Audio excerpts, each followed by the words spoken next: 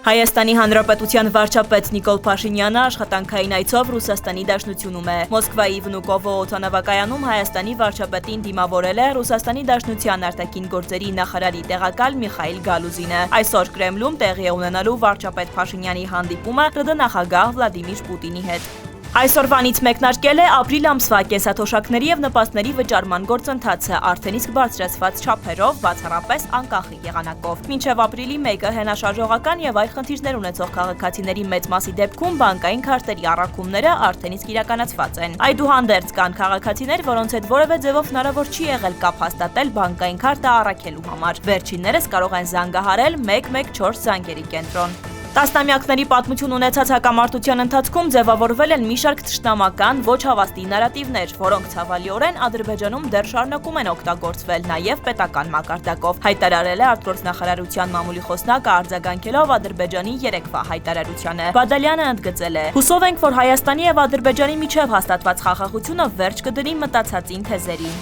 Սուրբ Աննա եկեղեցում վարչապետի ներկայությամբ տեղի ունեցած միջադեպի քրվարույթով ձերբակալված Դավիթ Մինասյանը 2 ամսով կալանավորվել է։